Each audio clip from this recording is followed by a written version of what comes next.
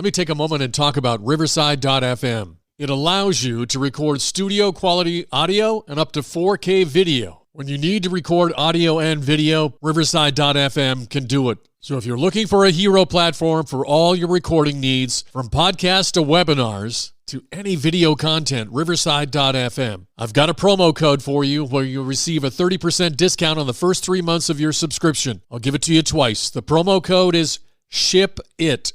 All one word, SHIPIT, and you'll pick up a 30% discount on your first 3 months of your subscription. Riverside.fm. In this episode of the Football History Headlines, we discuss the Immaculate Reception, the second Fiesta Bowl ever played, and the first coast-to-coast broadcast of football, as well as many more Hall of Fame legendary stories and birthdays of December 23rd. All coming up in a moment. This is the Pigskin Daily History Dispatch, a podcast that covers the anniversaries of American football events throughout history on a day-to-day basis. Your host, Darren Hayes, is podcasting from America's North Shore to bring you the memories of the gridiron, one day at a time. So as we come out of the tunnel of the Sports History Network, let's take the field and go no huddle through the portal of positive gridiron history with pigskindispatch.com. This podcast is part of the Sports History Network, your headquarters for the yesteryear of your favorite sport. You can learn more at sportshistorynetwork.com. Hello, my football friends. This is Darren Hayes of pigskindispatch.com. Welcome to another Best of the Pigskin Dispatch podcast for this December 23rd episode, and we have some great things to talk about. Today is the anniversary of the Immaculate Reception. So in our football history headlines, we're going to talk a little bit about Immaculate Reception, if I can say that correctly, about the Immaculate Reception, as well as we have a special edition with our guest, historian and author, Rick Schmelter, good friend of the program, and we're going to have two opposing sides. Rich taking the Oakland side of things, the Raider side of the Immaculate Reception, and of course yours truly has the Pittsburgh Steelers side of the Immaculate Reception, and we'll throw a little bit of a fair play and officiating in there and go over some of the rules of the day and try to come up with a judgment on was the Immaculate Reception legal. And it's all exciting and good fun, so make sure you check that out as a special bonus edition for December 23rd. Now let's get to your football history headlines. December 23rd, 1928, per the onthisday.com website, the NBC Radio Network set up a permanent coast-to-coast broadcast radio network for the first time. December 23rd, 1951, Los Angeles Memorial Coliseum. The National Football League Championship had the Los Angeles Rams hosting the Cleveland Browns in what would be the first nationally televised NFL game from coast to coast per the American Football Database. The now-defunct Dumont Network purchased the rights from the NFL to broadcast the game for a cool sum of $95,000. Announcers for the game were Earl Gillespie and Harry Wismer. The game was a back-and-forth battle as legendary quarterbacks Otto Graham of Cleveland and Norm Van Brocklin of L.A. led the respective offenses. The pivotal plays of the game were monumental in the outcome. In the third quarter, Graham coughed up the ball on a hard hit, and L.A. returned it to the Cleveland 2, scoring a few plays later.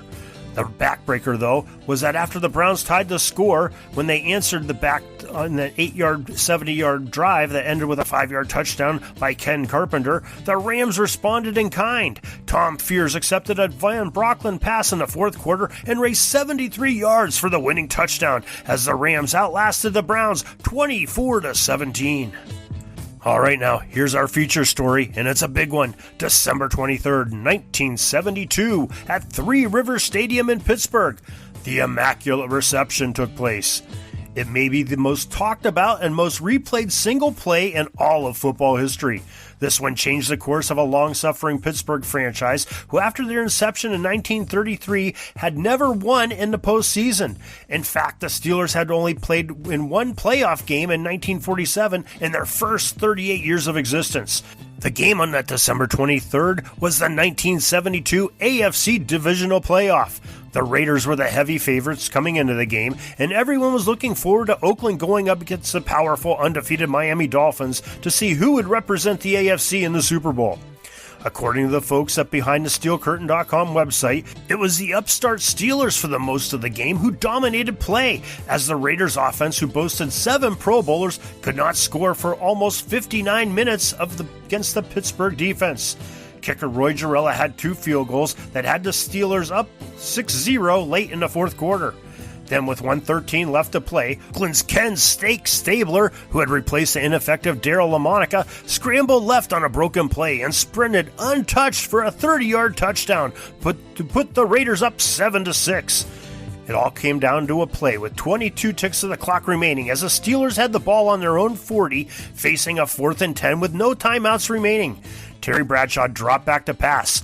The Raiders sent pressure, but miraculously, the blonde bomber danced his way through and launched a pass over the middle to running back Frenchie Fuqua, who was near the Oakland 33-yard line.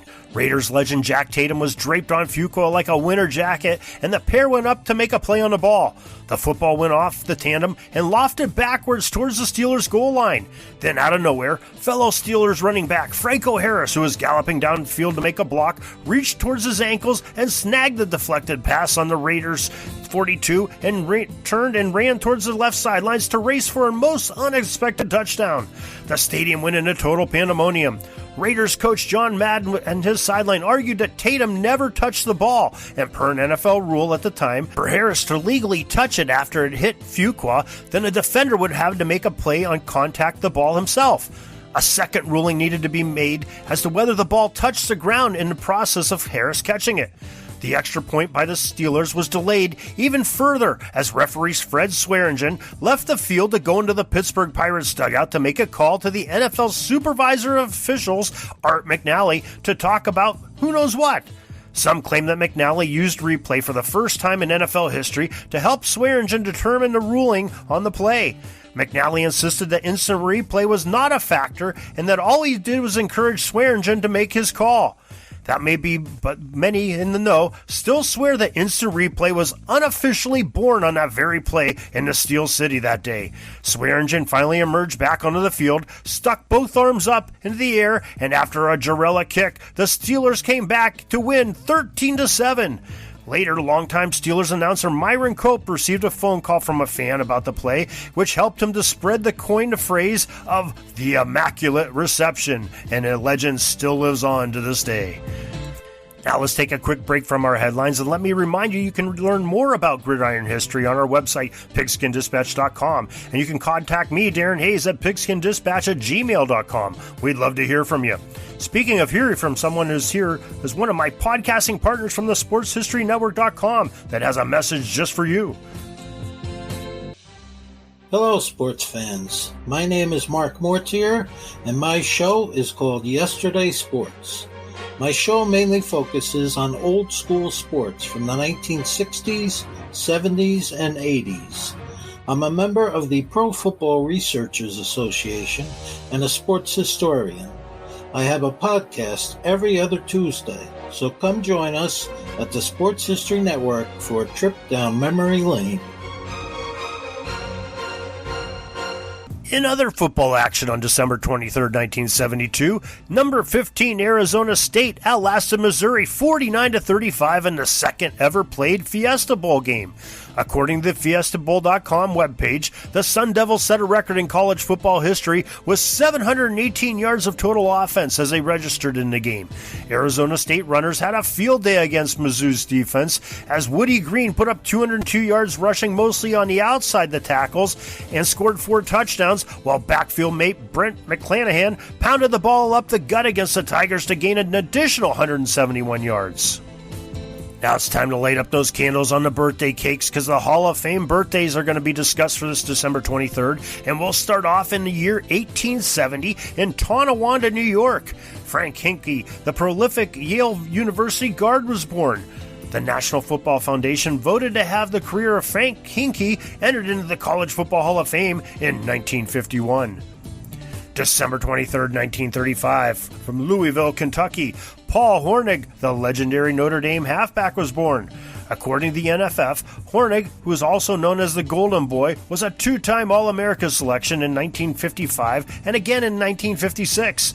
His heroics in the 1955 game against Iowa, he led a drive to tie the score late in a long run on a 40-yard touchdown pass.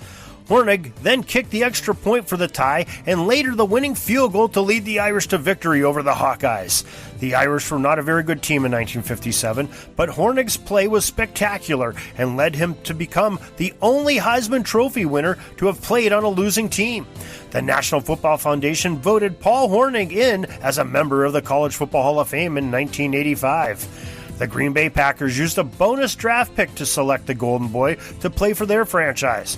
Hornig enjoyed a 9-year pro career with the Packers, where he led the league in scoring, as he was both a halfback and place kicker for the team.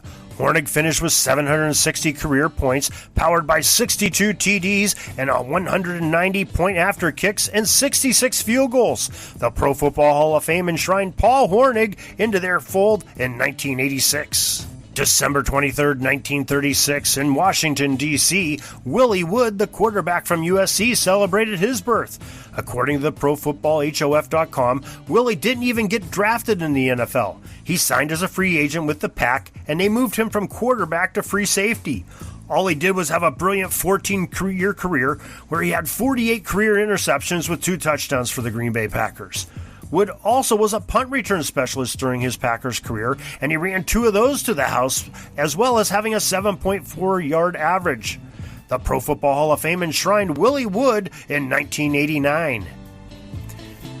Next, we just talked about the Immaculate Reception that happened in 1972 with the Pittsburgh Steelers. Well, one of the players on that team, one of their stars, celebrated then too because he was having a birthday besides winning that great game. And it happened on December 23rd, 1948 in Johnstown, Pennsylvania.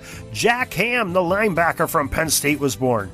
The NFF describes Ham as one of the greatest players Penn State ever had. He wasn't the most gifted athlete, as many acclaimed, including his head coach Joe Paterno, but he was a hard worker who used his smarts to be a great linebacker. To his credit, Jack was a great headsy football player who was an All-American and had 251 career tackles, 143 of those were unassisted. And Jack also set a school record with 3 block punts in 1968. The National Football Foundation selected Jack Ham to enter into the College Football Hall of Fame in 1990. After college, the Pittsburgh Steelers chose Jack with the 34th overall pick in the 1971 NFL Draft. Jack played for 12 seasons for the Black and Gold, registering 32 interceptions, 21 fumbles recovered, and playing in 8 Pro Bowls. Injury prevented him from playing in Super Bowl 14, but he collected his championship rings to go with the other 3 he had helped earn in Super Bowls 9, 10, and 13. In 1988, Jack Ham became a card-carrying member of the Gold Jacket Club in the Pro Football Hall of Fame.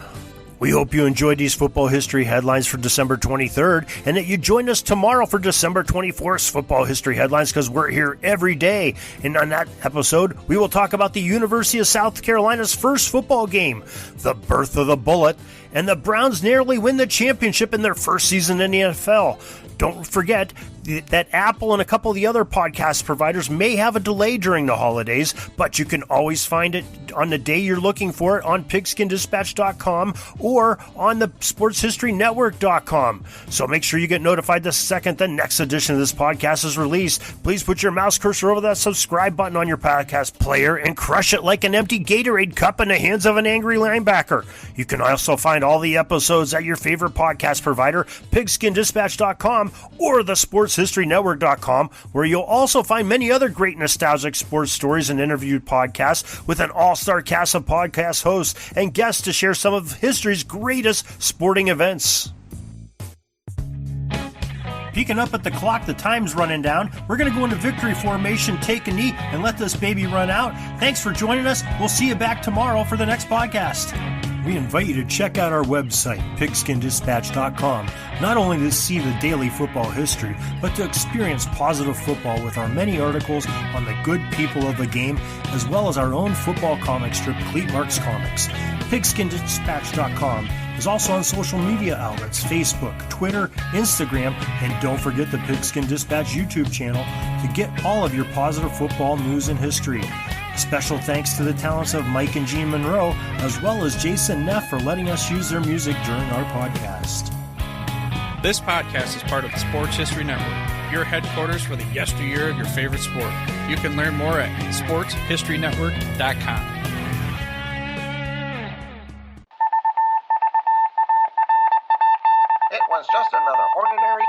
offices of the Pittsburgh Guardian newspaper circa 1924. But for Marla Delft, assistant editor, everything was about to change. For she was about to discover the awesome attractiveness of Row 1 brand retro sports paraphernalia items thanks to Orville Mulligan, sports writer. And there it is. Wow, Orville, that's really the bee's knees. Isn't it just? A poster-sized replica of the actual 1909 World Series program cover. I can see that. But where did you get it? And where'd you get it framed? I ordered it from the Row 1 website, where over 6,000 items of sports memorabilia from the 1880s to the 1990s are available for reproduction, in multiple sizes and in several different materials, with over a dozen styles of frame to choose from for prints like this. Well, I'm sure Mr. Delft would love to put up more of these in the office. But I'm equally as sure they're beyond this newspaper's budget. Not at all, my dear Marla. See for yourself. Go to sportshistorynetwork.com/row1. sportshistorynetwork.com/row1. Oh my, these are good prices. Oh, and look at this stuff. Oklahoma-Nebraska football, college basketball art, Michael Jordan items. And so retro it was that sports Marla Delft advertisement discovered the placards. splendiferous magic of Row 1 sports memorabilia, arts, and prints. You can too by visiting sportshistorynetwork.com/row1. That's ROW1 today for access to the full Row 1 catalog of gallery prints and gifts like t-shirts, long-sleeve shirts, telephone cases, coffee mugs, blankets, pillows, towels, and even shower curtains. Act today for 15% discount off all prints with coupon code SHN15 and 20% off all other items with coupon code SHN20 at checkout. And keep your dial locked to the Sports History Network for the exciting chronicles of the 1920 sports world in Orville Mulligan, sports writer. Coming soon. Are you having a hard time figuring out what to get Dad for Father's Day? You should check out Row 1 Brand's Vintage Pictorum Gallery. They have America's best sports art.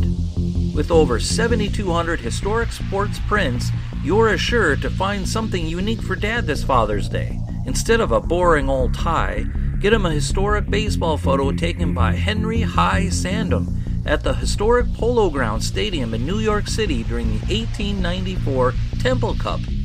Or, if he's an NFL buff, check out the 1963 vintage NFL poster. These are so good looking that you'll be amazed how they turn out. Shop now at sportshistorynetwork.com/row1 and save 15% off your order.